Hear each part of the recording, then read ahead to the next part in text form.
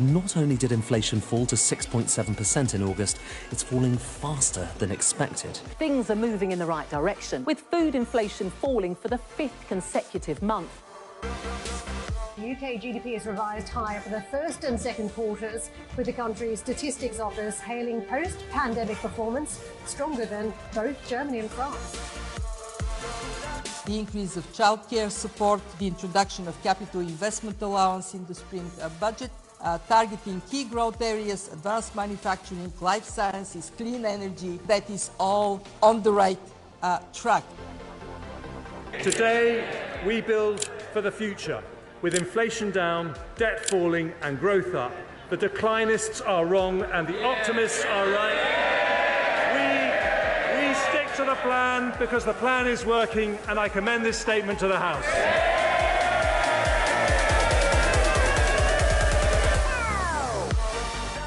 Welcome to the stage, the Chancellor of the Exchequer, Jeremy Hunt.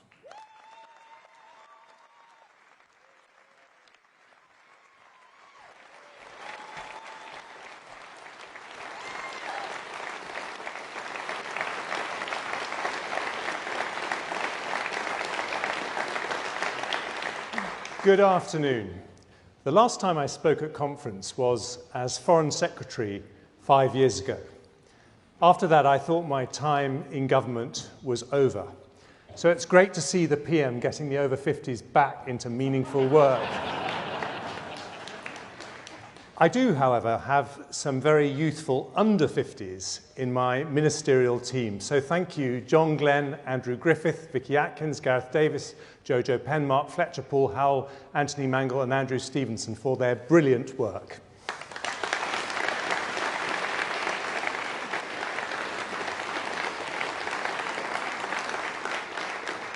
And it's great to be in Manchester.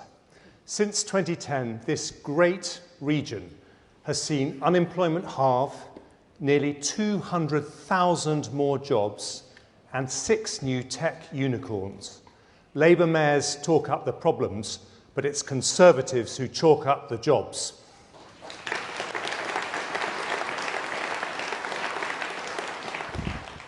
Now, our friends at the Office for National Statistics have recently changed their mind about the size of the British economy. They had been saying we were the worst performing large European economy since the pandemic. But we weren't the worst, we were one of the best. Since the pandemic, we've recovered better than France or Germany. We've grown faster than both of them since we left the single market. And since 2010, we've grown faster than France, Germany, Italy, Spain, Austria, Finland, the Netherlands, and Japan. So to all the pessimists and declinists who've been talking us down, we say this: don't bet against Britain. It's been tried before and it never works.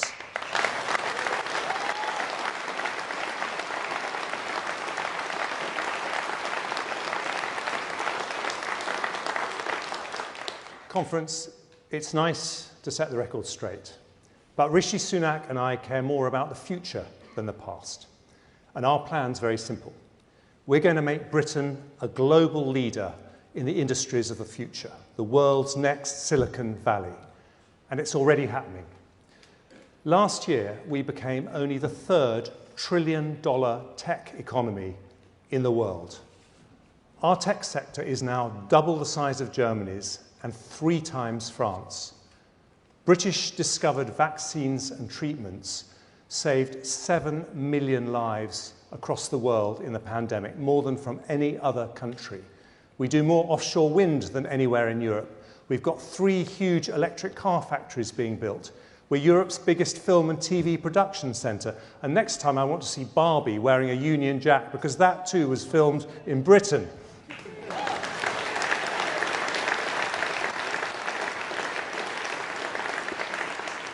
My Mansion House reforms are part of that, because they'll help fast-growing companies source billions of pounds of extra capital. We don't just want them to start here, we want them to stay here, because as we become a science superpower, there's nowhere better to be. All this happens not from quick fixes, but from long-term decisions, which is what you get with Rishi Sunak. We Conservatives know if you get the economy right, everything else comes right too. So right now, we're focused on bringing down inflation. Nothing hurts families more when it comes to the weekly shop, heating bills or pump prices, which is why the Prime Minister's pledged to halve it. And we're getting there. It was 11%, it's now down by 40%. The plan is working, and now we must see it through just as Margaret Thatcher did many years ago. Conference, when we halve inflation, that's not a 1% income tax cut. It's a 5% boost to incomes compared to if it stayed the same. But just as we're succeeding, what's Labour planning? Some £28 billion a year of new borrowing. The Institute for Fiscal Studies say borrowing on that scale risks fueling inflation and keeping interest rates higher. Labour can change the fiscal rules, they can dress it up as responsible, but if they increase borrowing, they increase debt, and that means higher taxes, higher mortgages, and higher inflation for families. That's not an economic policy, it's an economic illusion.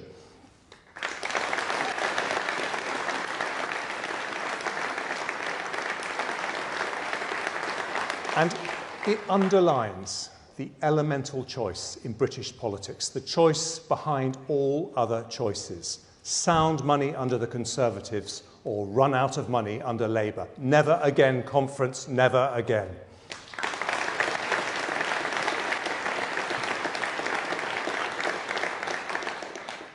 Conservatives will always protect public services, but we're also honest about the taxes that pay for them. After a once-in-a-century pandemic and the biggest energy crisis in a generation, the level of tax is too high. We were right to protect jobs and families, and thanks to Rishi's furlough scheme, we recovered faster from the pandemic than others. But with an ageing population and a war in Europe, public spending is still growing faster than the economy. Now, some say that's inevitable. The Institute for Fiscal Studies said last week it's likely to be what they said was a decisive and permanent shift to a higher tax economy. Conference, they're wrong. We need a more productive state, not a bigger state.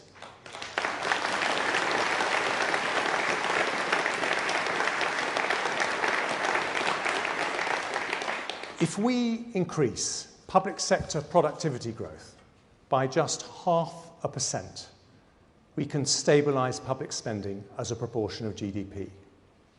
Increase it by more and we can bring the tax burden down. 0.5%. Now, for those of us with private sector backgrounds, that doesn't seem too much, does it? In the public sector, I'm telling you, it's harder. But we are up for the challenge. So I've commissioned my deputy, John Glenn, to restart the process of public service reform. John wants to know why teachers say that more than half their time is spent not actually teaching. Why police officers complain they spend longer filling out forms than catching criminals. Why doctors and nurses say they spend up to half their time, not with patients, but on admin. Of course, we need modern working practices and better IT. But the Treasury too needs to change its focus from short-term cost control to long-term cost reduction. And we're going to start with the civil service. We have the best civil servants in the world, and they saved many lives in the pandemic by working night and day. But even after that pandemic's over, we still have 66,000 more civil servants than before. New policies should not always mean new people. So today I'm freezing the expansion of the civil service and putting in place a plan to reduce its numbers to pre-pandemic levels. This will save £1 billion next year.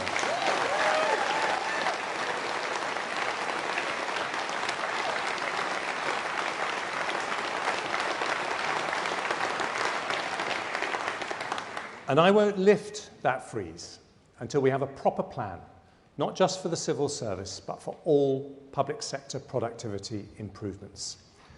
That means, amongst other things, changing our approach to equality and diversity initiatives. Smashing glass ceilings is everyone's job, not a box to be ticked by hiring a diversity manager.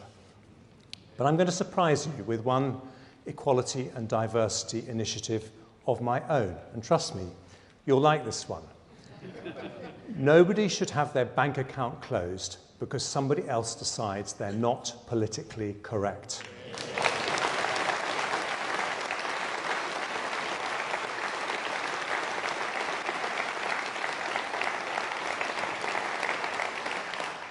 We'll tighten the law to stop people being debanked for the wrong political views. The Lib Dems are wrong to want to overturn a democratic Brexit vote, but they still need a cash point to withdraw their euros. The SNP are wrong to ignore a democratic vote for the union, but they still need a bank account to pay for their motorhomes.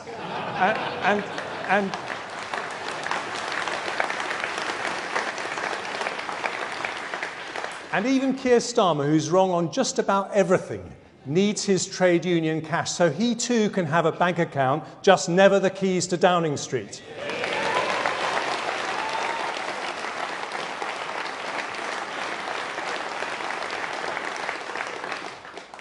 There's somewhere else where we need to rethink the way the state works, our welfare system. I'm proud to live in a country where, as Churchill said, there's a ladder everyone can climb, but also a safety net below which no one falls. That safety net is paid from tax.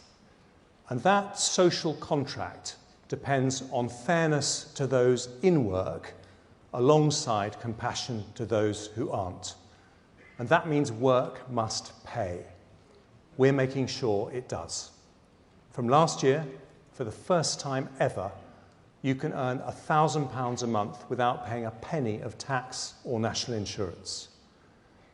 But despite that, even when companies are struggling to find workers, around 100,000 people are leaving the labour market every year for a life on benefits.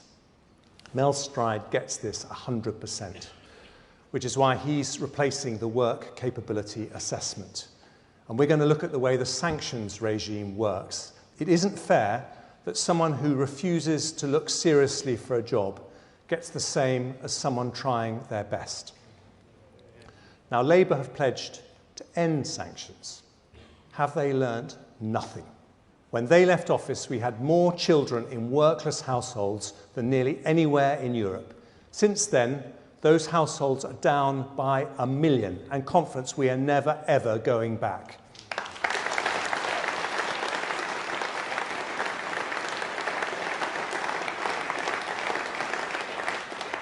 So to make sure work continues to pay, today I take a step forwards towards completing another great Conservative reform, the National Living Wage.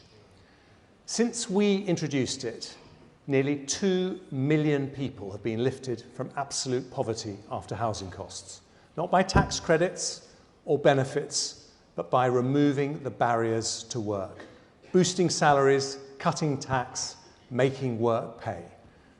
We promised in our manifesto to raise the national living wage to 2/3 of median income, ending low pay in this country. At the moment, it's £10.42 an hour, and we're waiting for the Low Pay Commission to tell us next year's recommendation. But I confirm today, whatever that recommendation, we'll increase the national living wage to at least £11 an hour next year. That's a pay rise for 2 million workers, and the wages of the lowest paid over £9,000 higher than they were in 2010. Because if you work hard, a Conservative government will always have your back.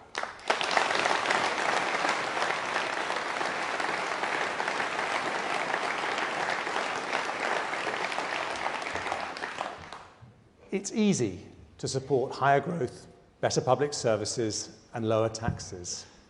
Harder to make it happen. In Britain today, there's only one party prepared to make those difficult decisions.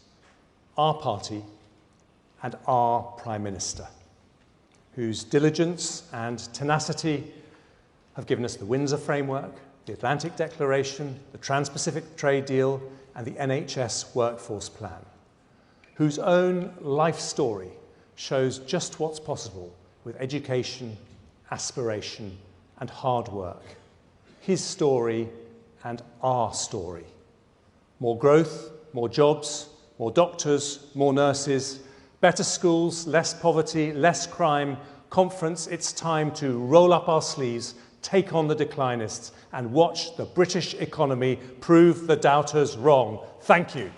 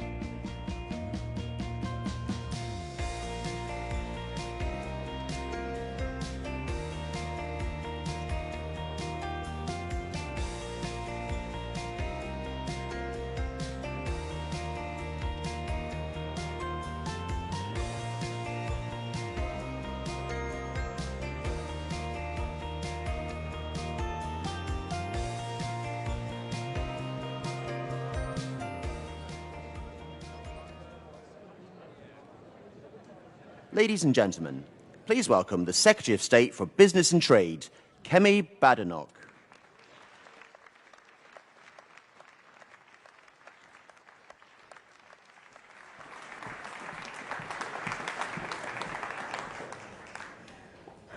The last time I gave a speech at a conference was 6 years ago, and it was absolutely terrifying. Not because I was a new MP, but because standing on this stage means something. It means standing on the shoulders of some of the greatest conservatives this country has ever produced. On the conference stage in 1988, a cabinet minister said, "You can build far..."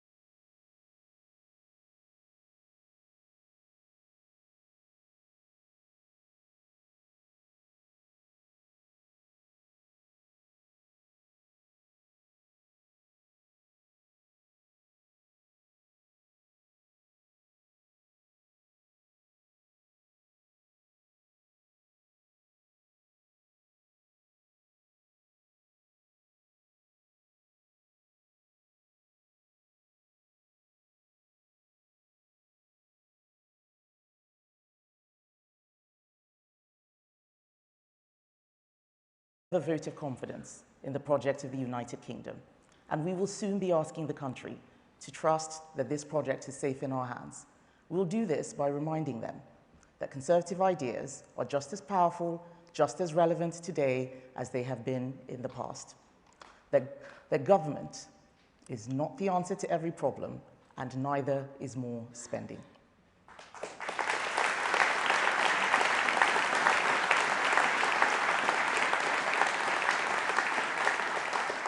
We'll remind them that just as Margaret Thatcher and Nigel Lawson did in the 1980s, we are taking tough decisions for the long-term future of the country today.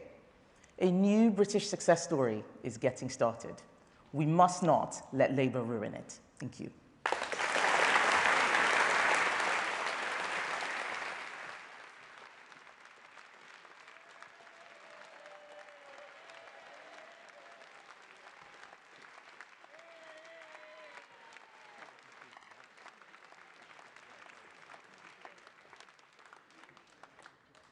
Ladies and gentlemen, please welcome the Secretary of State for Work and Pensions, Mel Stride.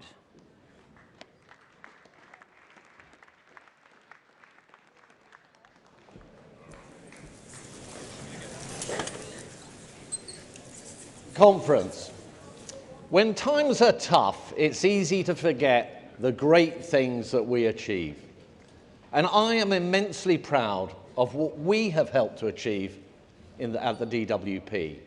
Since 2010, we now have payroll employment at a record high, 4 million more people in work, 2 million more disabled people in work, unemployment about halved, well over 1 million fewer people in poverty, 400,000 fewer children in poverty, 700,000 fewer children living in workless households, 200 fewer pensioners in poverty, and the basic state pension £3,000 higher. And yes, with a continued commitment to the triple lock. Now that is a record to be proud of. And can I right up front thank my outstanding ministers, Guy Opperman, Tom Pursglove, Mims Davies, Laura Trott, James Younger, our PPS's James Wild and Mark Logan, and our whip, Ruth Edwards.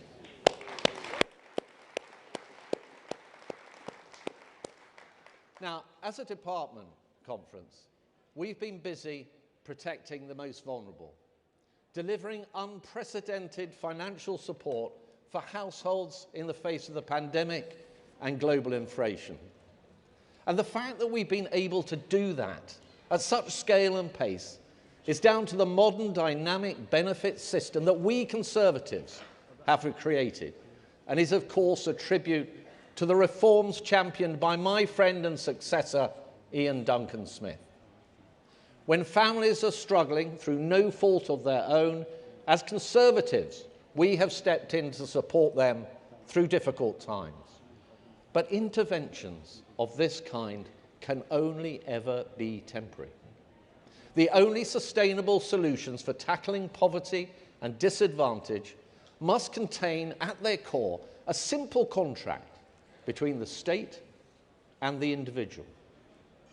A contract that says that for those who are vulnerable, who perhaps cannot work due to ill health or disability, we are here to support you.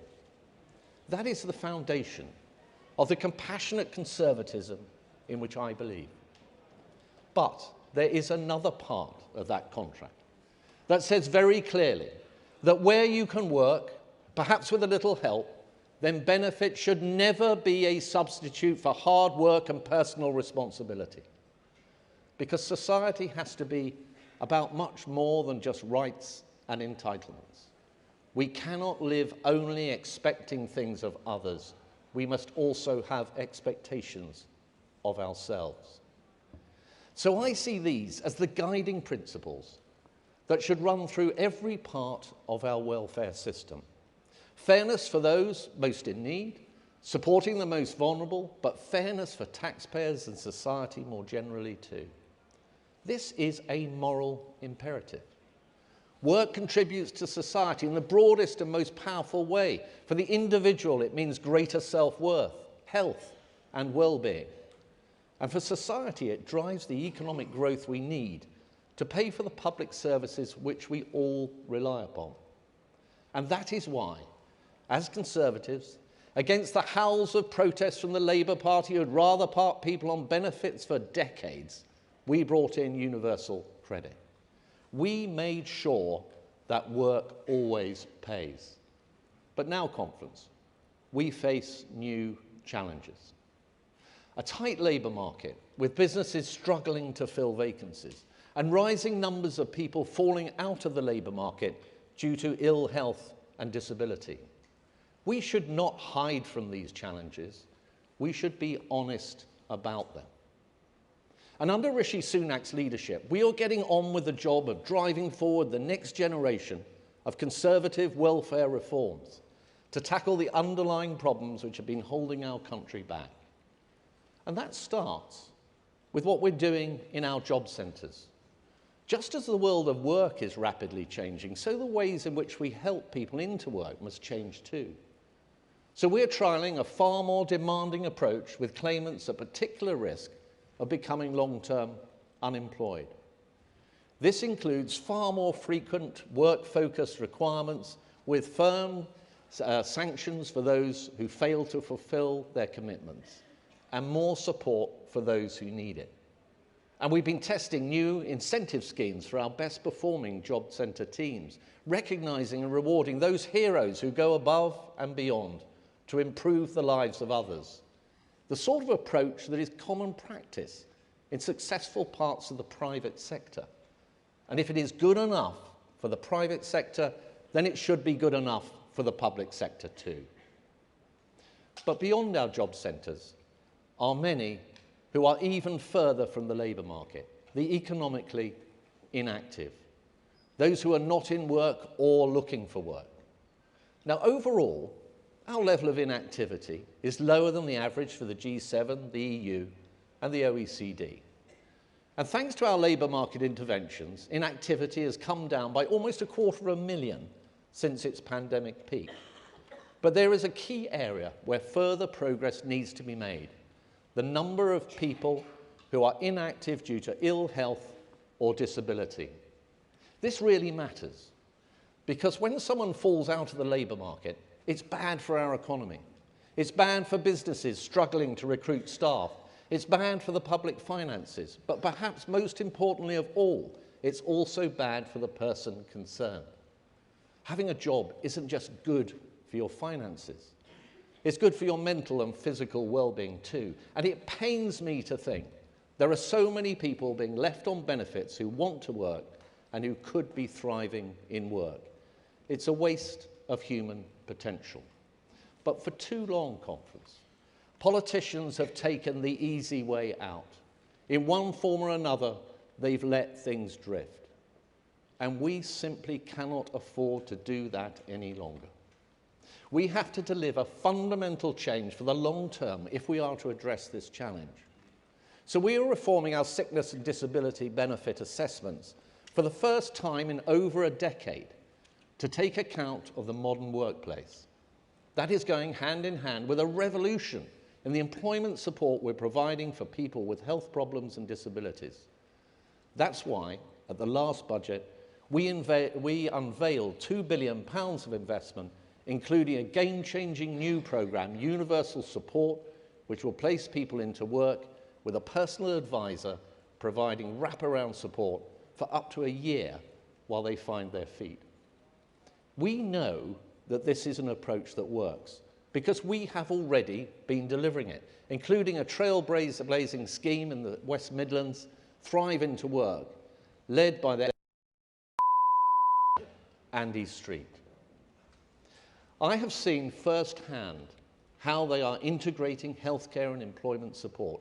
And as we roll out universal support, we will be changing lives right across the country. So whatever your situation, if you can work, you will be supported to do so. And if you are on benefits and able to work, you will be expected to do so. Contrast this with the Labour Party, who are content to leave people languishing on benefits. They have no plan. They left almost 1.5 million people on out-of-work benefits for a decade. By the time they left office, unemployment was almost twice as high as it is today. Youth unemployment had increased by 45%. And just consider all the reforms they've opposed over the years. They opposed the household benefit cap. They opposed the two-child benefit limit. They opposed benefit sanctions. They even said they wanted to scrap universal credit. They have shown time and time again that when it's a choice between short-term political expediency or responsible long-term thinking, they will always, always take the easy way out. The reality is, you and I know exactly why Captain Hindsight can't make up his mind when it comes to welfare. It's because his own instincts are totally out of touch with the majority of the British people. Rather like Jeremy Corbyn, Keir Starmer truly is a Marxist, because as Groucho Marx put it, I have principles, but if you don't like them, well, I have others.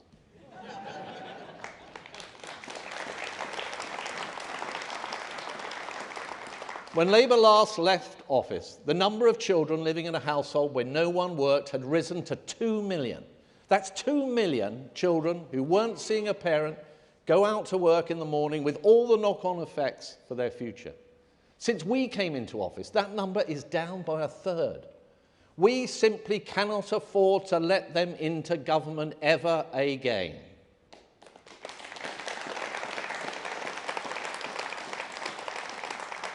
Another area of unfairness that I'm determined to address is parents who refuse to do the right thing by financially supporting their own children. When deadbeat dads are shirking their responsibilities to pay child maintenance, it is the children who lose out. We already enforce compliance wherever we can, but it is taking far too long to get children the support they're due, and that simply is not fair. So I can announce that today we're starting the firing gun to fast-track the enforcement process without the need to go through the courts. A process that is taking 6 months, we will slash to just 6 weeks. It's also too easy for fathers to avoid paying up if their income isn't coming through normal PAYE. So we will change the rules so that child maintenance calculations include a much broader range of earnings, such as property income. We will make it easier for mothers who aren't receiving the money they're due to have the child maintenance service collect payment directly, and we will get rid of the application fee for using that service. And while we can already remove passports and driving licenses from parents who fail to support their children, we want to go further, removing the barriers which slow this progress down. Let me be crystal clear. If you are refusing to pay for your children, we will make you pay.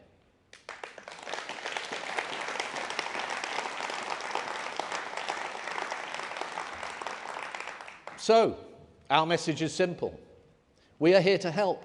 We are here to be fair, to stand up for our pensioners, to support the vulnerable, to support the sick and the disabled. We see that as the hallmark of a civilized society.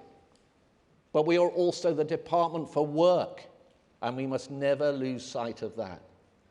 Low unemployment, improving economic inactivity, rising employment, these achievements don't happen by accident. They result from the endeavours of millions of people right up and down our country, and from the tireless work of those at DWP, day in, day out, who make the gift of work a reality for thousands of men and women. And that conference is what we will continue to do. For every person supported back into work, there's a human being who is better off. A human being being free to be the best that they can be. A society made alive and whole. That is truly something to inspire. Conference, we are getting Britain working. Thank you.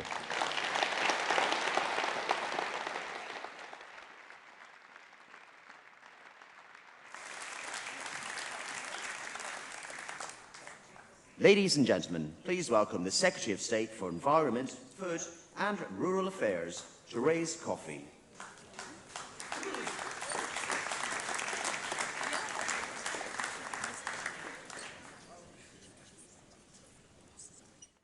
Conference, thank you. It's great to be here in Manchester as Secretary of State for Environment, Food and Rural Affairs. DEFRA covers so much on land and sea. Conference, we could do A to Z multiple times over.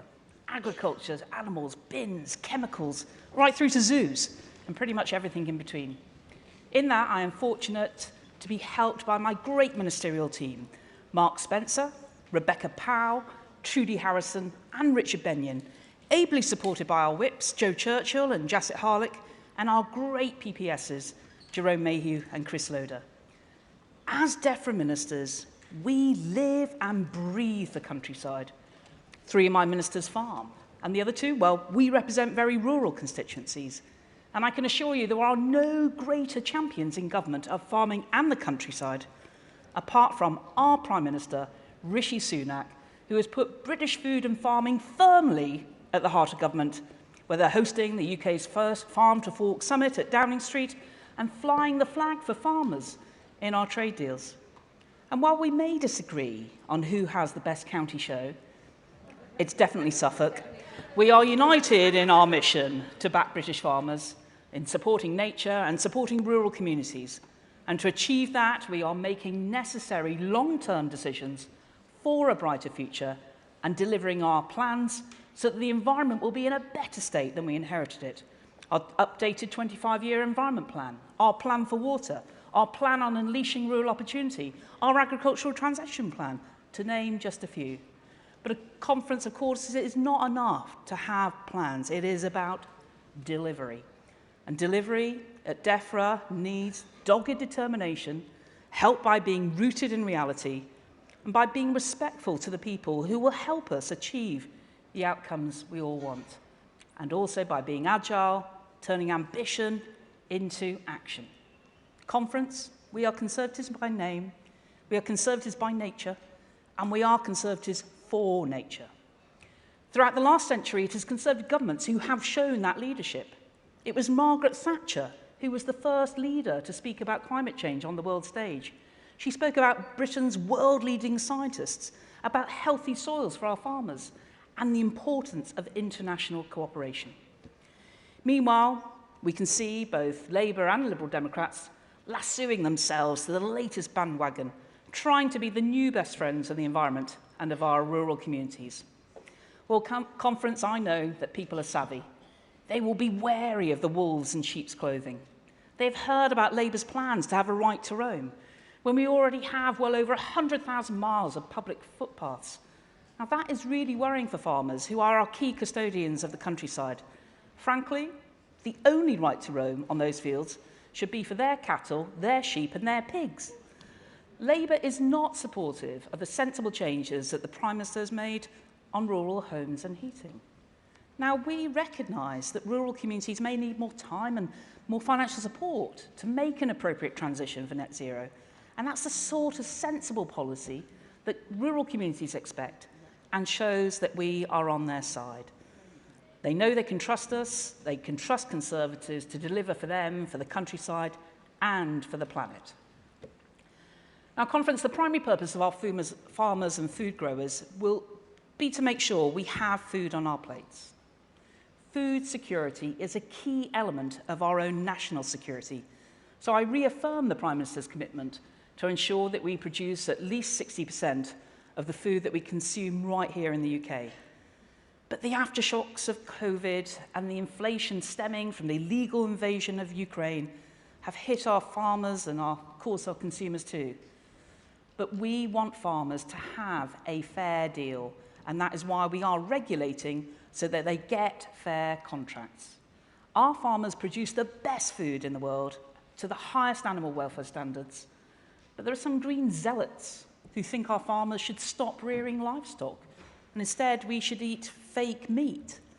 Conference, regardless of what the zealots say, and by the way, I'm being taken to court in relation to this right now, I'm absolutely not going to tell anyone that they should not eat meat. Fake meat might be okay for astronauts, but when people think of a meat feast, I want them to be thinking about our great Welsh lamb, our Aberdeen Angus beef, our saddleback pork, not some pizza topping. But there is one other group of farmers whose efforts I want to recognise, and that's from Ukraine, who, despite the illegal invasion by Russia, are still managing to bring the harvest in. We've continued to support them this year through President Zelensky's Grain for Ukraine initiative and have also sent pumps and flood barriers to protect their homes and fields. The United Kingdom will remain Ukraine's steadfast ally for as long as it takes.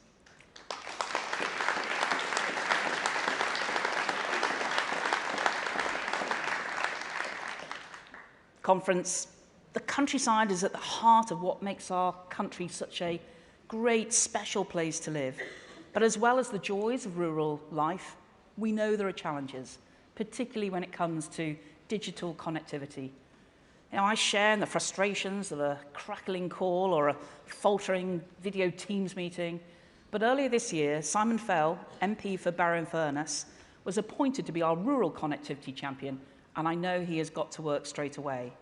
And today, I'm delighted to announce that the Technology Secretary is reviewing the Universal Service Obligation, which I expect will help rural households and businesses, and looking to get faster broadband to some of the most remote places in the country. Now, connectivity isn't just digital. In the countryside, it is mainly cars, buses, and of course, tractors. And I was delighted when we extended the £2 bus fare. But going further today, the Transport Secretary is publishing a new rural transport strategy, setting out how we are going to support rural communities, revitalise rural roads, and also planning for the future of transport technology too. It's another example of how we understand the needs of rural areas. And when we say that we are on the side of motorists, we mean it. But of course, everywhere Labour is in power, we see they're not. Whether it's London and ULEZ, the 20 miles per hour blanket thrown across Wales while the Labour government has cancelled major roads. And here, even here in Manchester, where Andy Burnham, frankly, he's the only Labour politician to beat Keir Starmer for flip-flops. He wanted a region-wide ULEZ as well. Conference, we also need more homes in the countryside so that rural communities can continue to flourish. And that's why we've consulted to make it easier to turn disused farm buildings into homes. And we are funding a new team of rural housing enablers right across England to support new small schemes and boost the supply of new affordable housing to rent. Today, as a next step with the Levelling Up Secretary, I can announce that Homes England is publishing a rural housing statement setting out how it will play its part in delivering the government's housing and levelling up priorities in rural areas. So when it comes to the Countryside Conference, yes, we have lots more to do, but we have made so much progress and will continue to do so to have a thriving, vibrant countryside.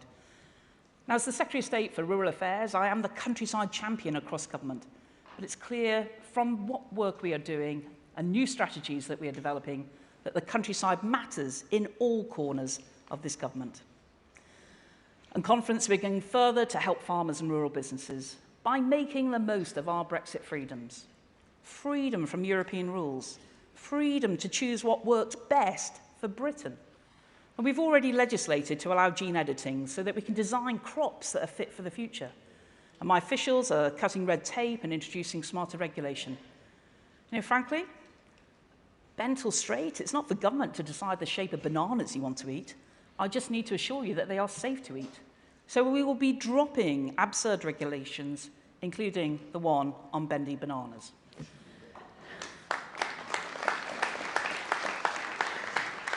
But contrast all of this to Labour. They are sneakily signing up to keeping in step with whatever Europe decides. And while we're on the topic of Labour not being honest with people, Conference, frankly, when they were in government, there was minimal monitoring of sewage overflows, in fact, hardly any at all. And they looked the other way. They were even taken to court by Europe. And now what they propose in their incredible plan would see your household bills rise by £1,000 per year. And as for the Liberals, well, their plan is nothing but a gimmick. Switching off storm overflows? Great, that would leave sewage to back up into your homes.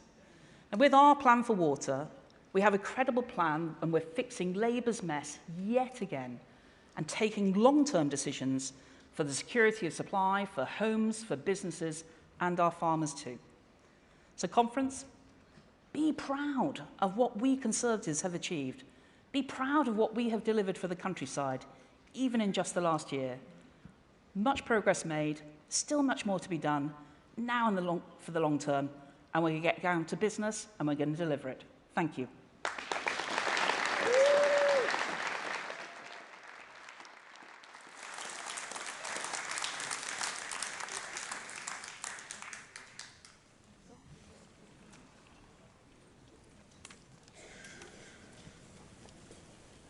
Ladies and gentlemen, please welcome the Secretary of State for Education, Gillian Keegan.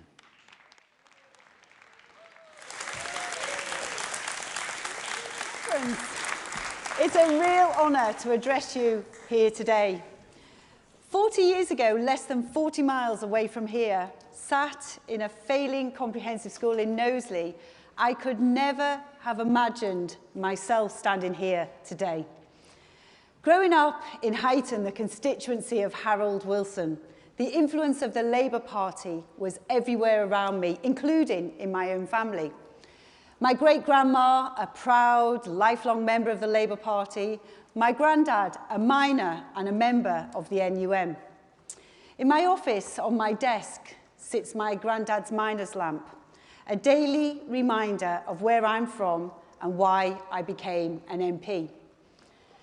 So being a working-class girl from Liverpool, I often get asked, why on earth are you a Conservative? Well, here's why. The Conservative Party is the party that helped my grandparents buy their council houses. It's the party that stood up to the destructive force of the unions in the 70s and the 80s. This party aspired for me and my family to have a better future and was willing to take the hard decisions to get us there. That's because we are a party that believes in giving people a hand up, not a handout. And as the Prime Minister says, education is our silver bullet. Now, it's often said that talent is everywhere, but opportunity isn't. And I know that's true because I have lived it. 92% of my classmates left my Knowsley Comprehensive School with less than the 5 O-levels, many without a single qualification. Those kids that I sat next to every day for 5 years were as bright as anyone I've met ever since. It's not that they couldn't do it, they were let down. Education is a way that we make sure that that doesn't happen. And every day, my brilliant ministerial team, Nick Gibb, Robert Halfon, David Johnston, and Diana Barron, who are fantastic, are focused on making the choices that will lead to a brighter future for our children. Now, there are so many places where this Conservative government is making the difference. So let's start with childcare. In my business life, I have seen woman after woman have to choose between their career and having a family, and usually their career lost. These were women who were top of their class, got the highest grades, the very best starting jobs, and then had to watch the opportunities that used to be there disappear, watch their careers end prematurely. And the impact on our economy, it's massive. And Labour have admired this problem for years. 13 years of Labour delivered only 12.5 hours of free childcare for 3- and 4-year-olds, less than 1 hour per year of office. This government has already massively expanded the offer, but we will go further by introducing 30 hours free childcare for working parents from the end of maternity leave until their child goes to school.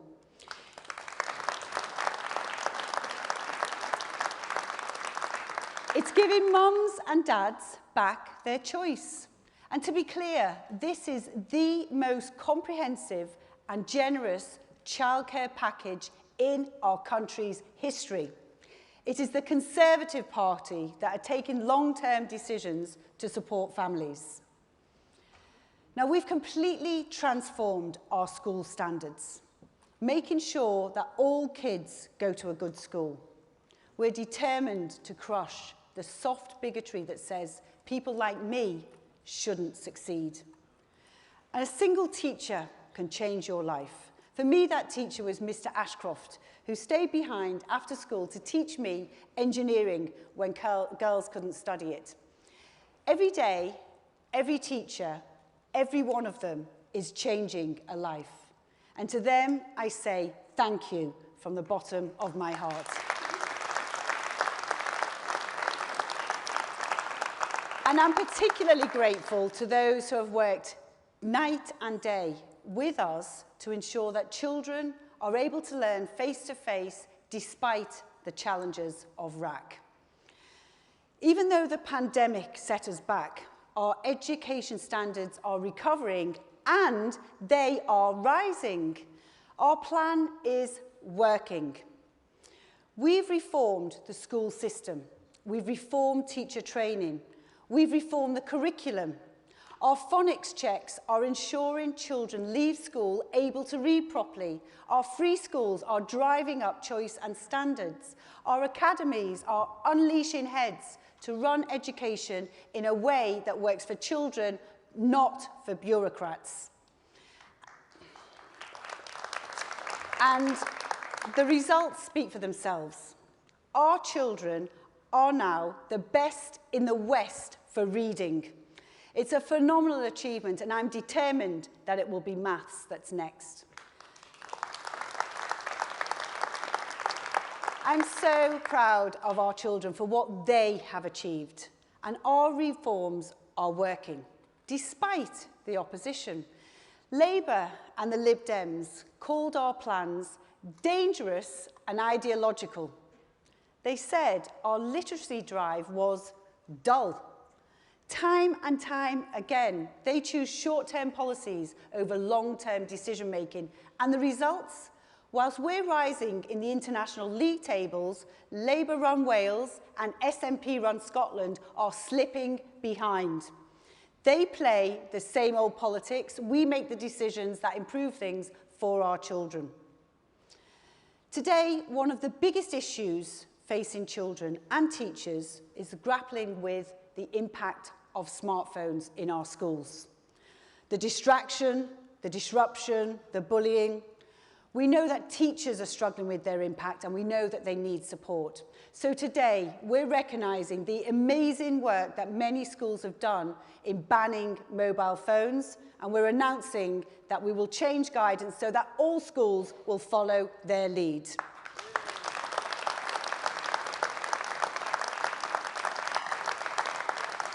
Because the focus should be on children learning in the classroom.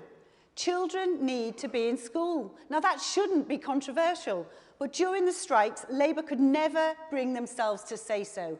In fact, many of their MPs joined the picket lines. Perhaps that's because the unions fund their campaigns, fund their party. But it's outrageous, and I've seen firsthand what happens when Labour puts politics ahead of people. Growing up in Liverpool under Derek Hatton, it has certainly left a scar. When Kinnock said that you can't play politics with people's lives, he was talking about my family's jobs, my friends' houses, and everybody's services around me. Not that Hatton cared. I actually met him once. It was at the opening of a wine bar when I was a teenager, and there he was, Derek Hatton, larger than life, his Jag and the driver outside, handing out glasses of champagne as we walked in. Yep, you heard it right, conference. I was given my first glass of champagne by a socialist. I was talking recently to a Labour MP about Delco, the car factory I started working age 16. And she told me with pride that she'd visited it as part of a flying picket. I looked at her and told her, you and your mates cost everybody their jobs. Because that's the problem. They thought you could strike your way to a better job. And I thought it's common sense that we'd have better jobs if the factory remained open. And when the factory closed, they were off to their next demo whilst ordinary people were left to pick up the pieces. Now, common sense is what guides me. It is common sense to say that parents should be able to see what their children are being taught in schools. It's common sense that girls should have separate toilets from boys.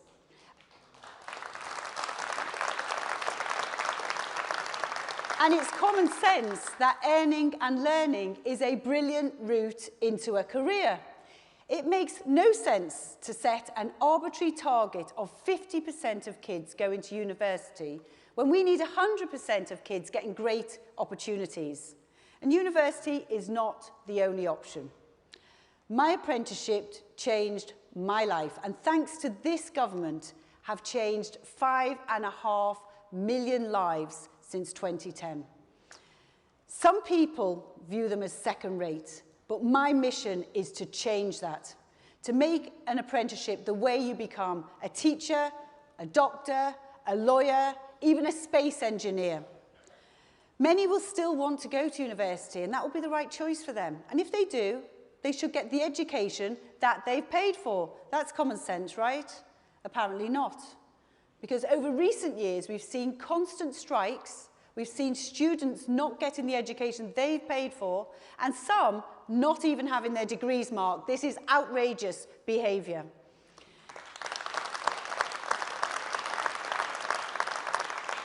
So today, I am announcing that we will consult to introduce minimum service levels in universities so that they have the tools to make sure that students get the teaching that they deserve.